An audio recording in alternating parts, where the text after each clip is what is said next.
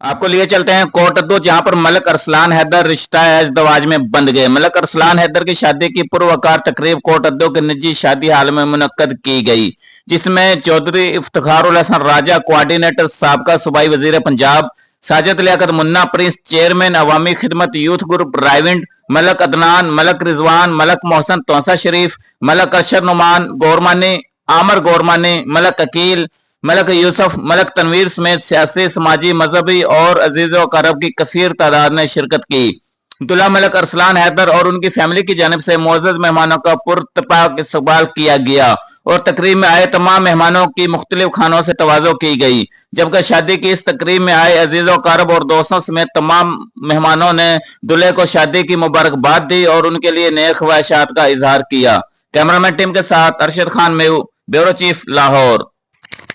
हर खबर से बाखबर रहने के लिए देखते रहिए G4 न्यूज HD, आपका अपना चैनल G4 न्यूज HD।